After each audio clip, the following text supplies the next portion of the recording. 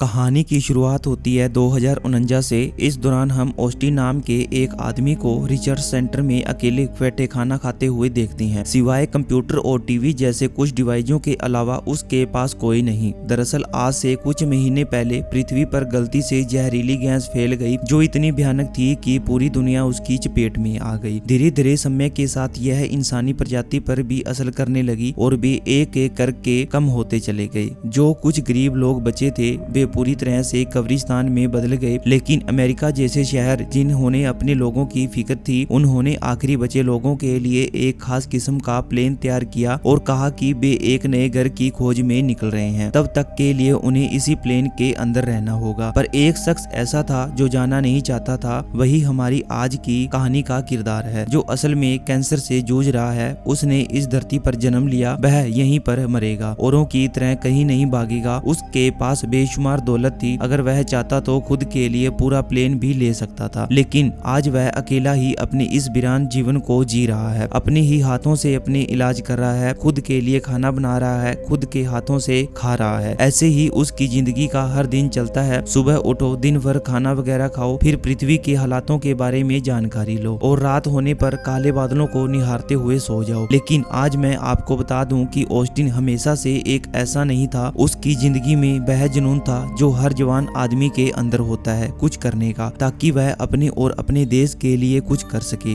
Austin भी उन्हीं में से एक था। जब वह अपनी जवानी के दौर में था, वह जिंदगी के हर शौक से दूर और किताबों की दुनिया में खोया रहता था, क्योंकि कहीं न कहीं उसे पता था कि जिस तरह से आज के दौर में हमारी जिंदगी बीत रही है, वह दिन दूर नहीं जब हमें खुद ही अपने घरों को छोड़ना पड़ सकता है। देखो आज वही दिन आ गया, सब चले गए, सिर्फ वही रह गया। जब उसने इस नए घर यानी कि एक नए प्लेनेट की खोज की तो उसने उसके बारे में बताने के लिए एक बड़ा सा इवेंट किया, जिसमें उसने सभी को बड़े ही विस्तार में बताया कि आखिर क्यों अब हमारे लिए इस पृथ्वी को छोड़ना जरूरी हो गया है, कैसे धीरे धीरे यहाँ की हवा हमारे लिए दूषित हो जाएगी। साथ में ऑस्टिन ने उस प्लेनेट के हर एक कण को सरलता से सभी को समझाने की कोशिश की, जिससे कि उन्हें सब कुछ समझ में आ गया और उसकी इस मेहनत और खोज की बहुत तारीफ करते हैं। लेकिन सबसे ज्यादा अगर कोई प्रभावित हुआ तो वह थी जीन। लेकिन वह उसके काम से नहीं बल्कि उसके समझाने की क्षमता और उसके बर्ताव से प्रभावित थी। जब ऑस्टिन उसे पहली बार देखा तो उसे पहली नजर वाला इश्क हो गया। इसके बाद समय के साथ उनकी नजदीकियां बढ़ती चली गई और फिर एक दिन आ गया जब उन्होंने शादी कर ली और 3 साल बाद उनका परिवार भी खुशी खुशी रहने लग गया। लेकिन बीते सालों में जीन ने कभी उसे खुद के करीब नहीं पाया। हमेशा वह अपने काम और अपनी किताबों में उलझा रहता था। जो चीज अब उसे खलने लगी थी और इसलिए उसने उसे छोड़ने का फैसला किया, क्योंकि अब उनका परिवार बढ़ने वाला था। वह नहीं चाहती थी कि उसकी आने वाली संतान को भी यह सहना पड़े। और आज भी ऑस्टिन उसके इस बयान पर कोई टिप्पणी नहीं करता, क्योंकि उसे सच में किसी की फिक्र नहीं थी। वह तो बस अपने आने वाले कल के बारे में सोच रहा था। लेकिन आज जब सब कुछ खत्म हो चुका है, अब उसे सच में वही तन्हाई अंदर से खोखला करती जा रही है और ऊपर से यह ला इलाज बीमारी जो उसे दिन व दिन खत्म कर रही है, जिसके चलते अब उसने शराब पीना शुरू कर दिया, जिससे उसका मानसिक संतुलन डगमगाने लगा। इस बीच उसके पास एक संदेश आता है जो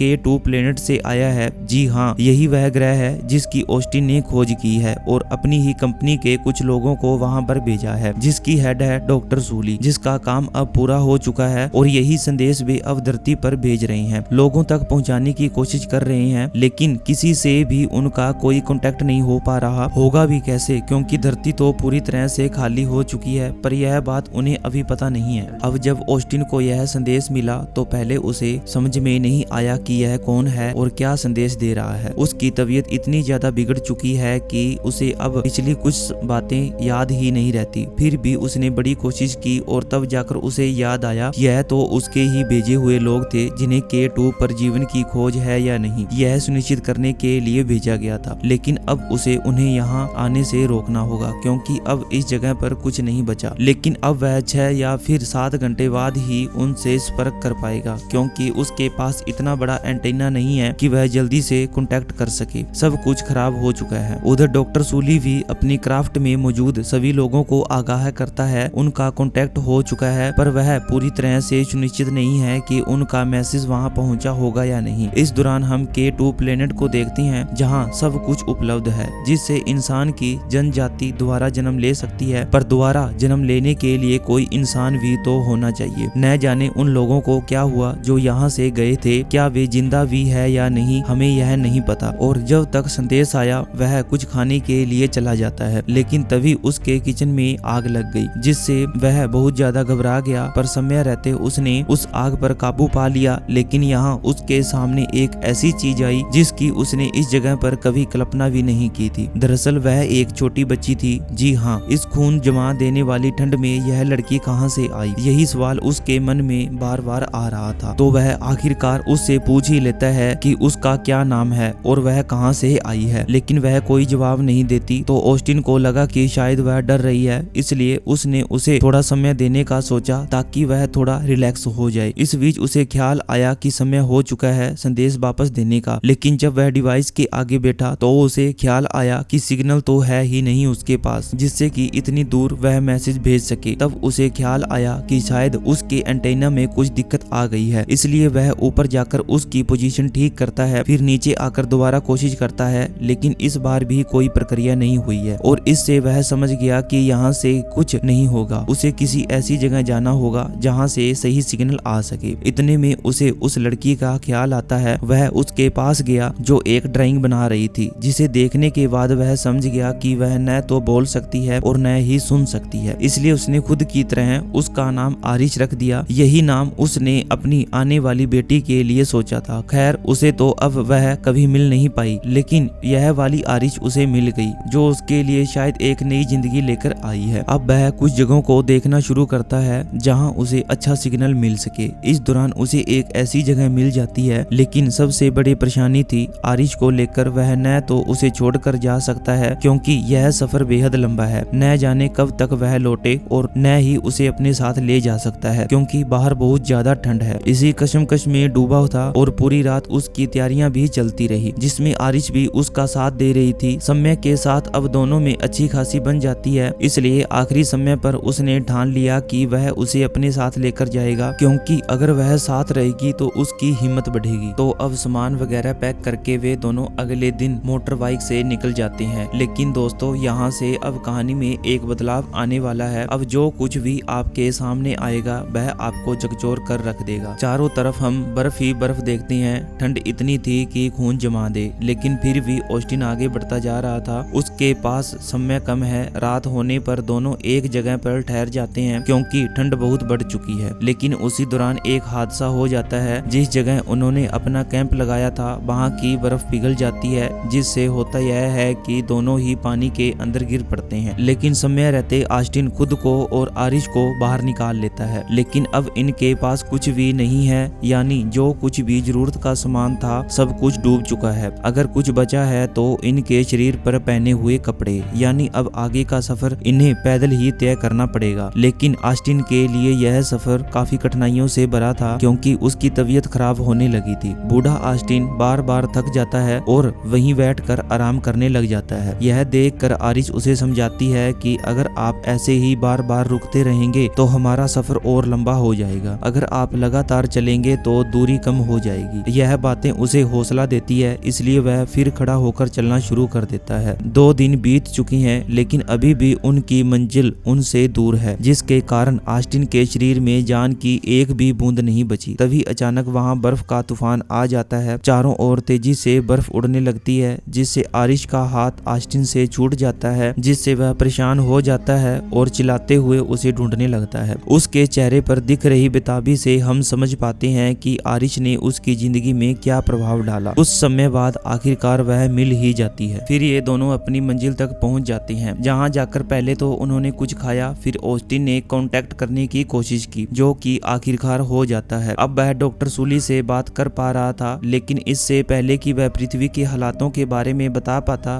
तभी उनके क्राफ्ट से कुछ पत्थर आकर टकराने लगते हैं, जिससे उनका एक बार फिर से कनेक्शन टूट जाता है। यहाँ पर फिर से परेशान हो चुका था कि कहीं वे इस ओर ना आ जाएं, लेकिन असल में वहाँ क्राफ्ट पर तो हड़कंप मच चुका है। टक्कर से एक तो पहले ही वे रास्ता भटक चुके हैं, ऊपर से अब एक और मुसीबत है। लेकिन डॉक्टर सूली अब खुद बाहर अपनी एक साथी के साथ जाकर उन टूटी हुई चीजों को ठीक करने की कोशिश करती है ताकि जल्दी से दोबारा कनेक्शन मिल सके। लेकिन बाहर जाना खतरे से खाली नहीं है, क्योंकि वे जिस जगह पर चुके हैं वहाँ हर समय ब्रह्मांड में पत्थर तैर रहे हैं, फिर भी वे अपने काम पर डटे रहते हैं और समय रहते उस वायर को ठीक कर देते हैं जो टूट चुकी थी। लेकिन इससे पहले कि वे दोनों वापस अपने कॉकपिट में आ पाते, दूसरे साथी से एक पत्थर आकर टकरा जाता है जिससे वह बुरी तरह घायल हो जाता है। समय रहते उसे अंदर ले जाया जाता है, पर जैसे ही उन्होंने हेलमेट हटाया उसने उसी समय दम तोड़ दिया। उसकी मौत से क्राफ्ट में मातम छा गया क्योंकि वह सबसे मिलनसार मेंबर था जिसने अपनी जान गंवा दी। इसी बीच सूली फिर से ऑस्टिन से संपर्क कर पाती है और इस बार समय बर्बाद न करते हुए ऑस्टिन उसे सब बता देता है। वह कहता है कि वे लोग पृथ्वी पर न आए क्योंकि अब यह पृथ्वी नहीं रही जिसकी वे कल्पना कर रहे हैं। सब कुछ बर्बाद हो चुका है, एक जहरीली गैस फैल चुकी है जिसके चलते ज्यादातर लोग मारे जा चुके हैं। बस कुछ चुनिंदा लोग ही जिंदा बचे हैं जिन्हें उनकी सरकार लेकर चली गई, लेकिन अब भी उनका कुछ अता पता नहीं है। इसलिए तुम लोग वापस K2 पर लौट जाओ और वहाँ एक संसार की शुरुआत करो क्योंकि वहाँ जीवन है, ऐसा तुम लोगों ने ही बताया है। तब सूली पूछती है, फिर आप वहाँ अकेले क्या कर रहे हो? वह जवाब देता है कि उसकी तकदीर में अकेलापन ही लिखा है जिसे उसने अपना लिया। लेकिन वे लोग रास्ता भटक चुके हैं तो ऑस्टिन उन्हें सही रास्ता बताता है और कहता है कि हमेशा K2 को बुरे लोगों से बचाना है और ज्यादा के लालच में मत पड़ना, वरना उसकी हालत भी पृथ्वी जैसी हो जाएगी। सही लोकेशन मिलने पर वे लोग बहुत खुश हो जाते हैं, लेकिन उनका एक साथी K2 नहीं जाना चाहता। उसका कहना है कि वह पृथ्वी पर जाएगा क्योंकि वहाँ उसकी पत्नी और बच्चे उसका इंतजार कर रहे हैं। उसने उनसे वादा किया था। ऑस्टिन उसे समझाता है कि यहाँ कोई नहीं है, यहाँ मत आओ, लेकिन वह नहीं मानता, अपनी जिद पर अड़ा रहता है। यह देखकर बाकी लोग भी हार मान जाते हैं और कहते हैं कि ठीक है, अगर तुम यही चाहते हो तो तुम जा सकते हो, हम लोग वापस K2 पर जा रहे हैं। एक एक्स्ट्रा क्यूब की मदद से वे उसे पृथ्वी की तरफ भेज देते हैं कि लोग अपने क्राफ्ट को